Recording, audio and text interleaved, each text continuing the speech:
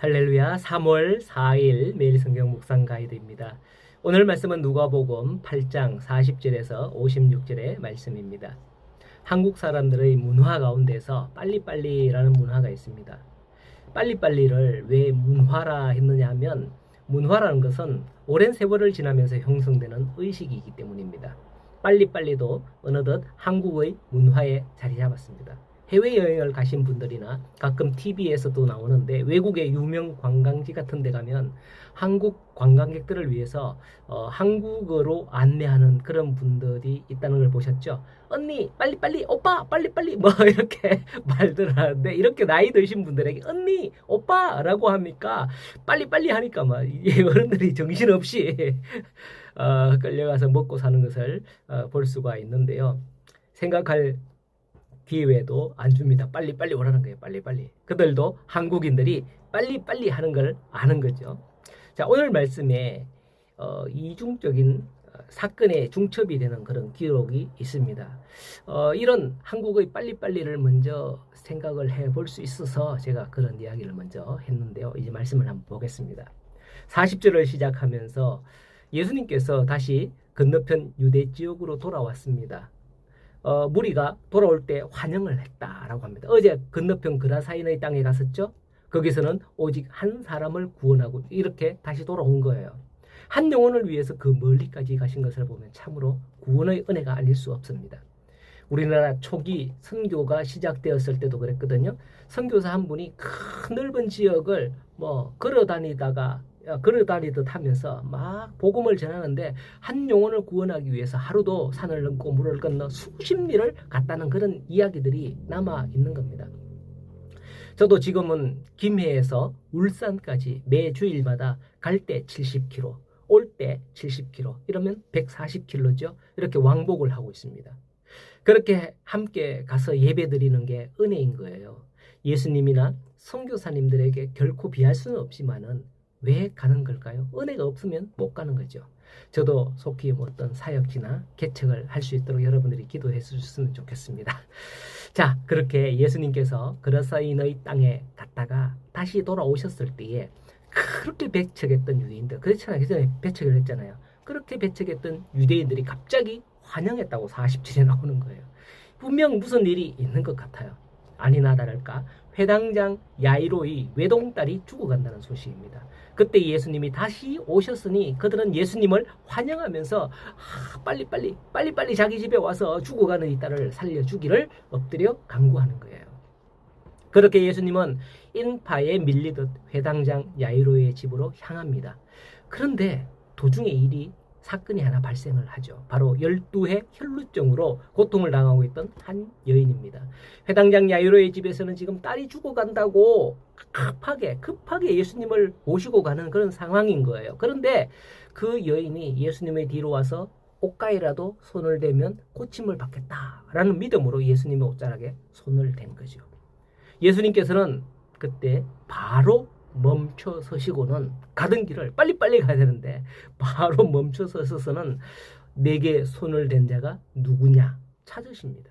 지금 상황에서 무리들이 밀고 당기며 서로 부딪히고 그렇게 가는 상황인지라 사실 예수님의 옷깃을 스치는 그런 손들이 많은 상황인 거잖아요.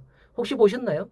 대통령이나 유명인들이 프레이드를 하거나 도로에 이렇게 지나갈 때 도로가에서 그분의 손이라도 한번 잡아보려고 막 소원하면서 손을 내밀고 막 환호하는 그 무리들을 TV에서 보셨을 겁니다.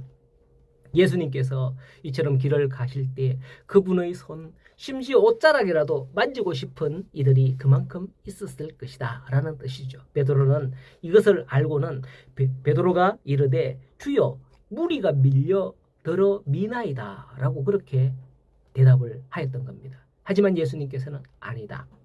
내 옷에 손을 댄 자가 있다. 내게 손을 댄 자가 있다. 이는 내게서 능력이 나간 줄 알미로다 라고 하셨습니다.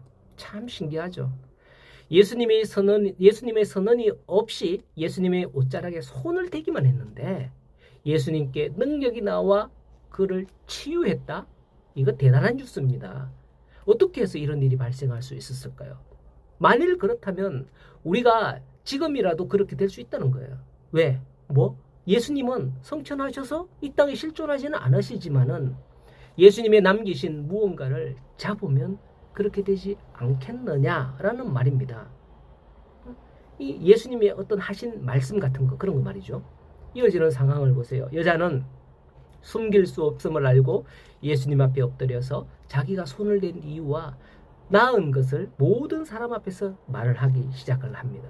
그때 예수님께서 하시는 말씀이, 딸아, 내 믿음이 너를 구원하였으니 평안히 가라 라고 하시는 겁니다. 이 상황을 정리해보면 지금도 믿음으로 예수님의 말씀을 믿고 만진다, 뭐 그런 형식으로 믿고 받아들인다면 믿음으로 인하여서 얼마든지 이런 일이 가능할 것이다 라는 거예요. 여러분들의 간절함으로 예수님께 나아갈 때에 믿음으로 예수님을 만지려고 예수님께 손을 내밀고 손을 들고 기도하고 뭐 이렇게 하면 지금도 예수님께서 그와 같은 능력을 베푸시겠구나. 예수님을 통하여서 예수님을 믿는 믿음으로 말미암아 이와 같은 역사가 일어나겠구나 하는 그런 생각이 듭니다. 어쨌든 이와 같은 여러분의 간절함으로 예수님께 나아가실 때 믿음으로 해결함 받기를 간절히 소원합니다. 자, 이렇게 회당장 야이로는 죽어가는 자기 딸로 인해서 급하게 예수님을 모셔가는데 중간에 혈루증 여인이 끼어들고 하니 얼마나 애가 타겠습니까, 야이로. 그때 안타깝게도 49절에 보면 회당장의 집에서 사람들이 와서 말하기를 당신의 딸이 죽었나이다. 선생님을 더 괴롭게 하지 마소서 라고 하는 거예요. 예수님을 괴롭힐 정도로 빨리 갑시다, 뭐 이렇게 해주기를 졸랐다고 볼 수 있겠죠. 예. 집에서 온 사람들의 말을 들었을 때 야이로는 이제 어땠을까요? 맥이 다 풀렸을 거예요. 이제 다 끝났구나 하면서 어쩌면 예수님께 울며 하소연했을 수도 있습니다. 예수님, 그러니까 제가 좀 빨리 가자고 안 했습니까? 하면서 말이죠. 제가 연기를 좀 뭐합니다. 자, 그때 예수님께서는 야이로를 위로하십니다. 50절에 보면 두려워 말고 믿기만 하라. 그리하면 딸이 구원을 얻으리라 라고 하는 거예요. 앞서 혈류증 여인이 믿고 손을 대었던 것처럼 믿기만 하라는 거예요. 야이로, 너 돈 많지? 네 딸을 고치기 위해서 내게 1억을 준비해. 이것도 아니고요. 네 딸을 고치기 위해서 재물이 있어야 돼. 재물 준비해. 이것도 아니에요. 세상에 그런 사람들 있잖아요. 하지만 두려워하지 말고 믿기만 하라. 예수님의 말씀은 딱 이 말씀 한마디입니다. 그러면 기적이 일어난 거죠. 예수님께서 53절에 죽은 것을 아는 거로 비웃는 사람들이 함께 들어가기를 허락하지 않고 오직 베드로, 야고보, 요한 그리고 아이 부모 이렇게 죽은 딸 방으로 들어갑니다. 그리고는 아이의 손을 잡고 아이야 일어나라 라고 부르실 때에 아이가 살아나게 되었던 겁니다. 여러분, 믿음이 없는 데는 들어오는 것을 허락하지 않는 거예요. 예수님께서 믿음이 있는 사람을 데리고 들어가서 이 살아나는 것을 보여주셨다라는 것을 알 수 있는 겁니다. 어떻게 되는지 한번 보자 하는 식으로 구경하는 그런 사람들은 예수님께서 원하지 않으셨다.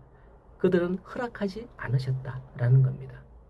믿는 사람과 함께 하십니다. 그들과 함께 기적을 일으키시는 겁니다.